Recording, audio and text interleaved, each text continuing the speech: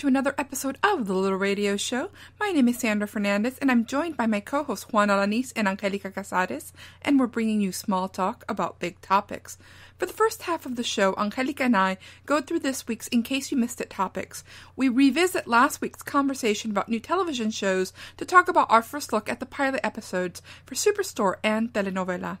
We also take a look at the recent Alejandro Fernandez concert in Houston and have a discussion about the emotional appeal of ranchero music. This is the Christmas edition of the Little Radio Show, and we couldn't let that pass without sharing some of our favorite Christmas memories. We talk about our family traditions and, no surprise, end up with a discussion of the foods and drinks you can find in our homes during this celebration. Just a reminder that you can catch us every week on Thursdays at 2 p.m. Central Time on hmsnetradio.org. Our show archives and the link to our iTunes and Stitcher channels are available at thelittleradioshow.com. Thank you for joining us for another episode of The Little Radio Show. This is Sandra Fernandez. I'm the publisher of Hispanic Houston, and I'm joined by one of my co-hosts today for this segment. Hi, my name is Anjelica Cazares. Unfortunately, Juan is not here, so I introduce both of us. So my name is Anjelica Cazares. I am the co-creator of Juan of Words with my other half, Juan Alanis. And I'm also a crafty thrifter. Now, Juan is going to be with us for a segment that was going to run later in the show, just not for some parts of today's episode. In today's, in case you missed it, I know that last week we were talking about the new shows that are running on TV, I think specifically on NBC, with Eva Longoria and America Ferrera and Jennifer Lopez. Well, I had a chance to see the pilot episode of the America Ferrera show, I think it's called Superstore, nice. And of the Eva Longoria telenovela show. Actually, I got to watch 3 episodes of that. I'm assuming you liked. Oh my God, it was so hilarious. Now, I don't know that it's going to be a huge hit because some of it was a little bit like they were trying too hard, and you can never tell with that kind of humor. Eva Longoria, she was just so funny, so on point. They all seem to be having a lot of fun with it. Nice. Did you ever watch, there's an old Sally Field movie called Soap Dish. Robert Downey Jr. is really young, and I think it's Kevin Kline who plays opposite her, and she plays a Susan Lucci type actress who's been on this soap opera for like ever. Every year, she's beloved by everyone, and then the producers are trying to get her out, so they bring her ex-husband onto the show to make her miserable. So, no, I've never even heard of it. I've never heard of it. Okay, but that sounds funny. Whoopi Goldberg. I mean, there's a lot of people in this movie. It's a lot of fun. So I was watching the pilot episode of Telenovela, and it's very similar. It's this, Eva Longoria plays this beloved telenovela star. She is Pasión in Las Leyes de Pasión, right? She's the typical diva that you would expect from someone who's a big soap opera star. And then she finds out... Is it like over-exaggerated humor? Oh my God, yes. Okay. It's all, very spoofy, very, very, it's a soap opera in a soap opera kind of thing. Okay. And, she finds out that they're bringing on a new cast member, and it's her ex-husband who cheated on her. And of course, she goes completely mental about it, and just traumatic, and the whole bit. But it reminded me of that movie a lot. Okay, that might have been something that might have been their like ground to take off with. But that sounds like a lot of fun. Now, if executed correctly, if the actors complement each other, I think it would be a success. I need to watch it. I definitely need to watch it. You absolutely need to. It might be on demand if you've got cable. They ran 2 preview episodes on TV. I know, but absolutely, they were talking about that it's going to be on its regular schedule in January. So that should be cool. But okay, first of all, I'll tell you, beyond the storyline and the funny and the whatever, they have a really great soundtrack. Oh my God. Oh, really? Yes. Lots of great music. That's the first of all. They've got some very pretty boys. Okay, let me rephrase that. Very pretty men on the show. Yes. Atractivo visual, as they say in Spanish. They, of course, they have Eva Longoria in those over-the-top, very skin tight, plunging necklines type of thing. Oh, yes. There's even a part in a pilot episode where she goes to, yell at the studio executives, not realizing that they hadn't finished the dress she was wearing, and it's being held together by safety pins, and she has a wardrobe malfunction while in the office. I mean, it's very much what you would expect. It's funny. The timing is really, really nice on it. But if you know a telenovela, the hair and the makeup and the clothes and the eyebrows and the whole thing absolutely makes sense to you. All right. But, it's one of those things. I don't know that it's going to be a success. Mm-hmm. Now, Anjelica Ferrera's show, Superstore, is a lot more subtle. The humor is subtle? The humor is the show is a lot more subtle. And so... Okay, so the only thing I really liked about Anjelica Ferrera was when she did Ugly Betty. Is it that kind of funny humor, like Ugly Betty humor? Oh, you know what? I don't know if I could... It is and it isn't. Okay. So, she is very much... she is the normal... level-headed person. Mm-hmm. She's not the klutz. She's not, she's the one who's trying to keep everyone else centered and in this superstore that is populated by people with very unique and quirky characters. Sounds like my place of work. Now, really quick though, is it she the one that kind of sort of carries the show, or is she part of the show? No, it's the show is all about there's a new guy that starts up, and it's all about, you can see there's going to be a romance between them. Okay. And it's all about, how he comes in thinking he's going to, he's good, he's going to be, he just wants to do things to make himself happy. He's the complete opposite of her. She's very, let's do things the right way, and he's very, let's go with the flow kind of stuff. It's interesting. They're supposed to run back to back, so it should be interesting to see. But I just thought, since last week we were talking about the shows, I'd give my first impressions on these. Absolutely worth checking out, both of them. I can't wait to see the Jennifer Lopez one. I know that Juan is especially looking forward to it. I finally seen a preview of that one, and that's a serious show. It is. It's supposed to be a serious show, and it's kind of hard to see her in a serious acting type of thing. I've known that some of her success movies were the more funny ones. Well, some of the movies that she's been doing lately have been all serious. Did you see? It didn't have a large release, but she did a movie recently with Viola Davis where the two of them play moms whose kids have been killed, and they go after and they become vigilantes, and they completely make Jennifer Lopez look, very gritty, very older, very not like the sex siren kind of pretty girl that she normally goes for, but she was very much, they really, really went against type with it. No, I didn't actually. I didn't even hear about it. Where am I? You have a son, a husband, and a business. I think you're fine. Well, that's definitely something to also look at. But the one I'm most looking forward to is Anjelica Ferrera's Superstore. Yes. So that is the one that I will be checking out very soon. The telenovela one, I want to watch it to see what it might capture me and my interpretation might be. So it might be. I might come back and tell you my what's what. Yeah. Okay. Well, the other thing that the two of us did recently was attend the Alejandro Fernandez concert here in Houston. My God.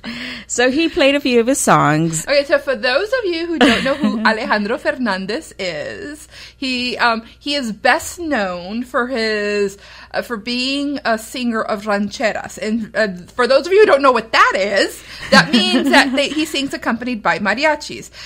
His father is Vicente Fernandez, who is pretty much one of the biggest names in ranchero music. He's a global name. Yes, he's a global name and absolutely a superstar when it comes to this kind of thing. Now, for those of us who grew up with this, ranchera music, if you've never experienced it and it's done well, a friend of mine explained it to me once in a way that completely made sense. And she goes, it's like opera. It's like arias. Ranchera music is all about emotion. It's all about passion and love and betrayal and grief and despair. And it's all these songs where they tap into these really, really heartfelt emotions. Every once in a while you get one that's a little funny, a little flirty, a little bit ironic, as opera can sometimes be.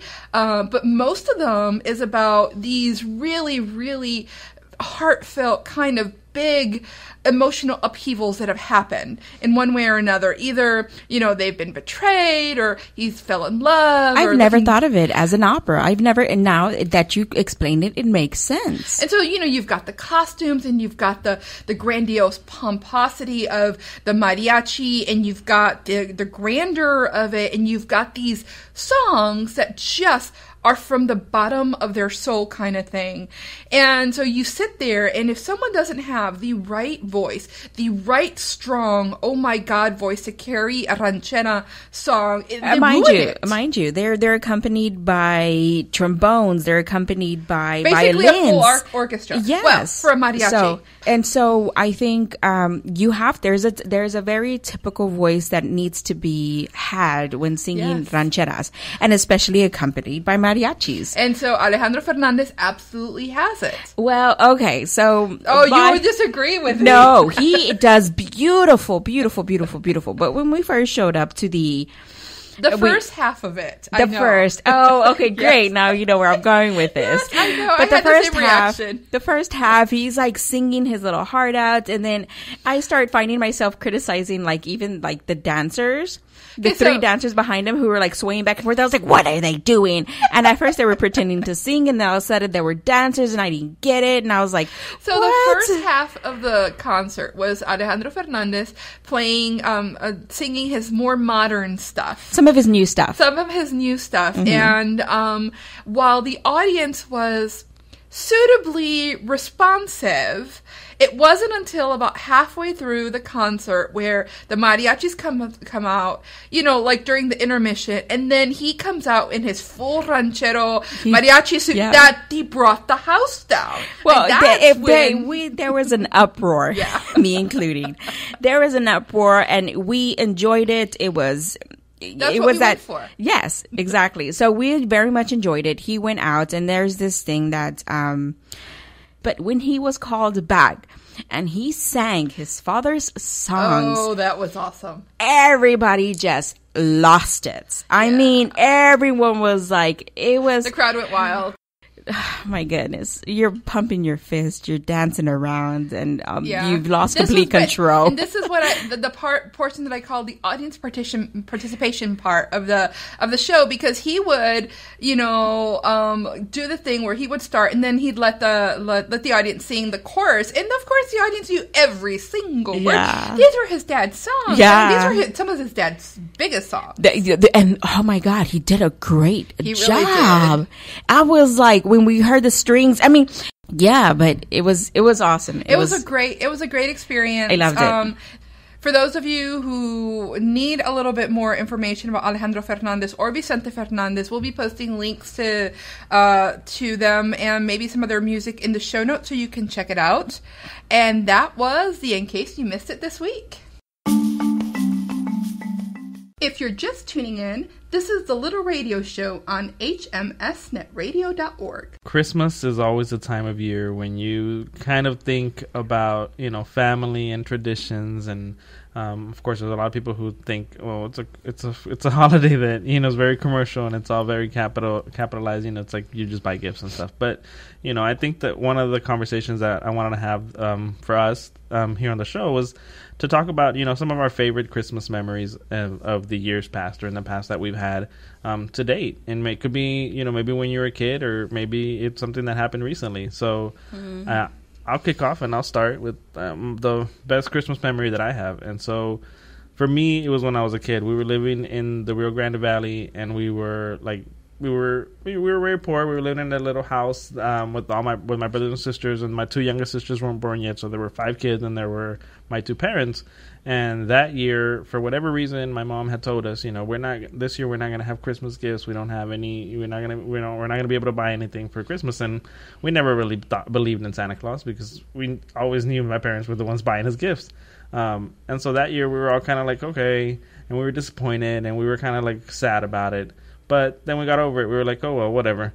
We'll still eat. And so. Food always happens. And probably fried chicken because that was my favorite. Ooh, fried chicken as a kid.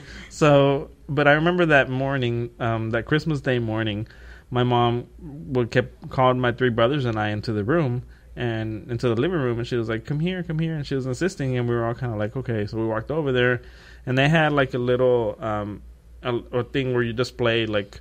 It had like 3 tiers on it, so it was like 3 different things. And on those tiers, they had like a toy car, and it was like a little wooden car for each of my brothers and I. And so it was like 3 little cars. And even though it was a simple wooden car toy, and it was like the best Christmas ever because we were already resigned to the fact we weren't going to get anything. And so it was a surprise. Yeah, it was a surprise, and it was like very magical, and I remember it very fondly.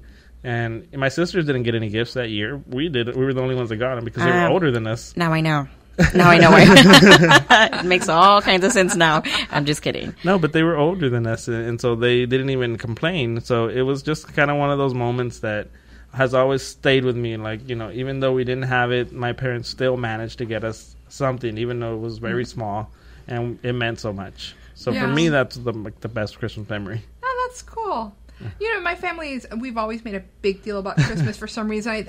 I'm not sure if it was my mom or my dad that it started with, but it was always, a big deal. And my mom would start shopping for Christmas right around Thanksgiving. And she was always the kind of person that she had our presents way in advance. Mm-hmm. And so there would be presents underneath the tree for weeks and weeks. Oh, that's torture. For weeks and weeks. And of course, we're not allowed to go and open it up. And that's really hard. My dad firmly believed you were not allowed to open presents until the 25th. Mm. So, everybody else got to, and there was no stay up until midnight and open one or anything like that.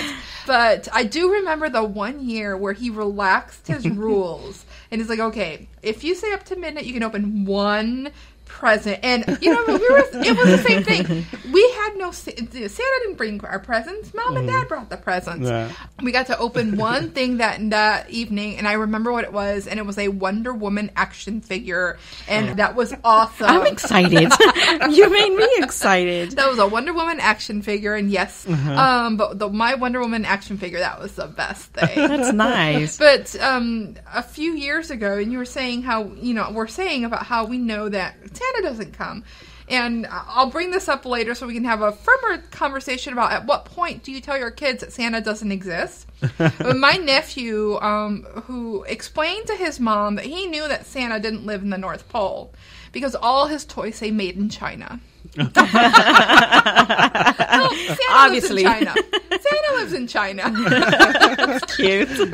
Well, I think that's great that you guys had the discipline to wait till Christmas Eve. Oh, no, we didn't have a discipline. We had a dad who wouldn't let us. Because when you go to our family's house, it's like at midnight now. It's like a mad. Yeah. Like as soon as it turns midnight, like just the paper flying everywhere. But my second favorite memory is my niece and nephew when they were little. We showered them with gifts, and I'm talking we were over indulgent, whatever. In between, they were the only grandchildren, both sides of the family. And one year they got so many presents, they literally got tired of opening them. Oh my God. The next year, we all agreed we're going to show some moderation. Can you imagine having so many presents you got tired of opening them? Oh my. Was it a bunch of stocking stuffers that were wrapped? Oh no, sweetie. They were gifts. They were gifts. Oh wow. So, we had to start showing restraint the next year. So I don't have a lot of childhood best memories of Christmas because I don't want to bring like a dark cloud and dark but my mom was a single mother for a very long time, and so gifts were very sparse and few between. And a lot of the things that she did was we got, like, one of the placements in our life was our 15th birthday. And every 15th birthday, and she's done it with all the girls in the family, was we all got a ring for our 15th birthday. But that's all she did. That's all she showed, was like, this is significant and this is the big thing for you. But for Christmas, a lot of the times we didn't get a lot. And so when she married my stepfather, we traveled to his family, and we weren't so many gifts as there was just to be around, people that we knew and things like that. But one of the I do remember one year when she refused to buy a Christmas tree, and I begged for one, and she's like, "No, why would I buy a dead tree? I don't understand. This is not where my money's going to go, Anjelica. What is wrong with you?" And so she bought a I don't remember the tree, but it was in a pot. It was in a pot, and it was tiny. And she's like, "Here you go, decorate it." I was like, "Fine, mother." But that year, and again, she wasn't big on giving gifts, and so I remember that year we had they were wrapped little presents, and we were like, "What is that? We don't use this. Is so like not what happens, And so we opened it. There were boxes of Thin Mints. But me and my sisters always remember this, because my sisters do remember this. I remember one year, it's specific now as an adult and having my own child, my sister just went all out. I mean, she had Christmas at her house, and decorated the house to the T. I mean, just the tree looked like it was on top over with so many ornaments, and it was ornate in gold and white and silver and lights galore. I mean, it was an abundance. And I remember feeling this way and thinking to myself, and I know why she did it. I know she did it because of the kids. She wanted to show the kids that Christmas is significant. Christmas means something, not only to our faith, but even if it is once a year, it means a lot. And so I remember this year, everyone had gifts underneath a tree, and she made sure everybody got something, and she made sure she bought separates, like clothes separates, and each box was a separate, and a toy, and this, and all kinds of other things. And an ohm to my sister, who in return, things have changed and shifted for her. And so it's not the same anymore like that, because now Christmas is a little bit different. But we make sure that the kids, not that they get something, but that they feel the remnants of, Christmas, of being together and being united.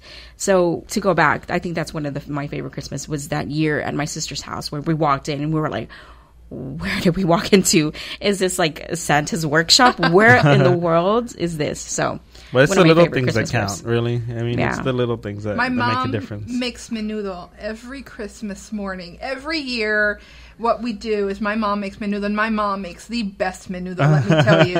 And so everybody ends up looking, wherever Grandma happens to be, because that's where the Menudo is on Christmas morning. That's what happens. Now, one of my sisters, her in-laws, they do Christmas Eve.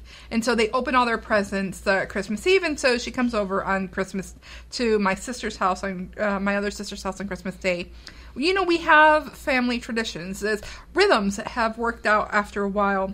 Tamales are a must, and we buy those someplace. But a few...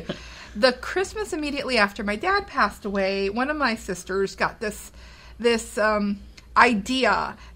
She was being very nostalgic, and she wanted to make tamales that year. And we've talked about this, about how it was so much work, and we ended up with the monster tamales. And we have never made tamales again. Thank you.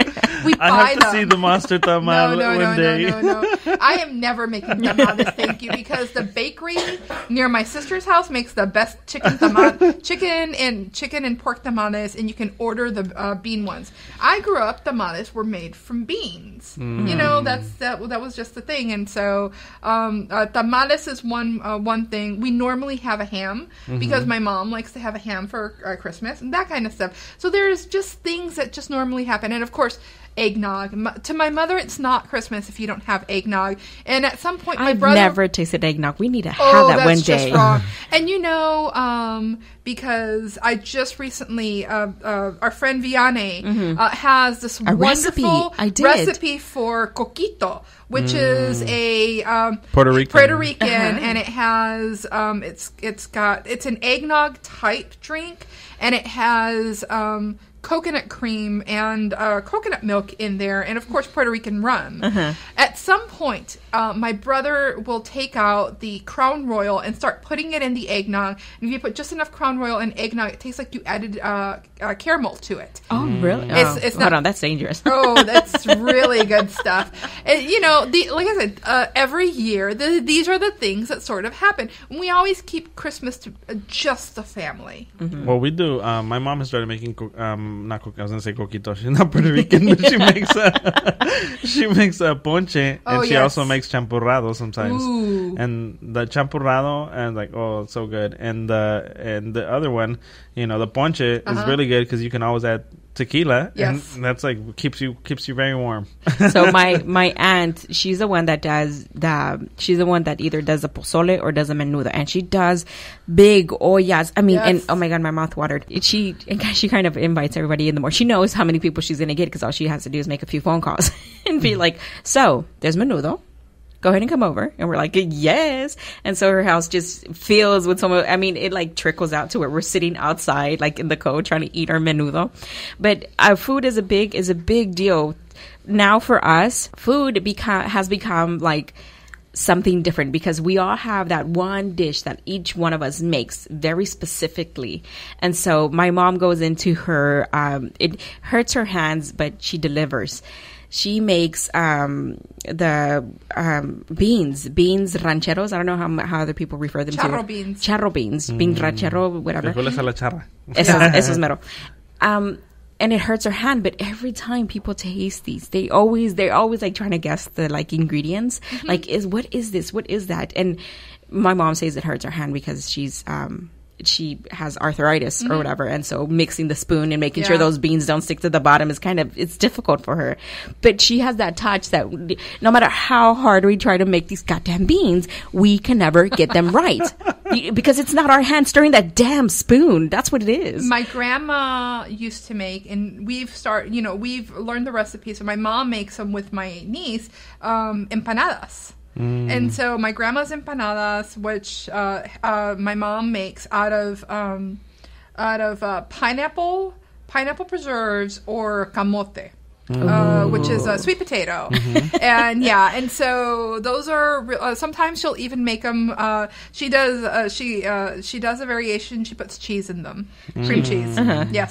So empanadas, and I have never learned to make them. I've got to. It's on my list. So in closing, I do want to share one more story about the holidays, which is not a as heartfelt, but it's a funny story. One year when we were at my parents' house and we were all sitting together, my brother-in-laws, my sister-in-laws, everybody, we were all kind of eating out and having Christmas dinner, and then they brought out some of the gifts and they were exchanging them. I forgot how exactly went down. And my brother-in-law, my mom switched my brother-in-law and I think one of my sister's gifts. Oh, Lord. So he opened his gift and he pulled out the, what do you call it, what you wear under a gown. dress? He pulled out a gown. And to this day, we all crack up about it and we're like, Paul. It is the story that we say every year, that time that Paul grabbed this gift, he got his gift, he pulled it out and it was a gown. He's like, okay. It was hilarious. And he's like, I'm not sure if this really is for me. My mom was mortified. She was like, oh my God, what does he think? So for the audience out there, we invite you to share with us funny stories from your family, either from years past or from this year. And if we really like your comment, we may actually share it on the air. Have a great Christmas Eve. Thank you for joining us for another episode of The Little Radio Show. We invite you to check out our iTunes channel and our Stitcher channel and to leave us a rating or a review. You can find both links at thelittleradioshow.com.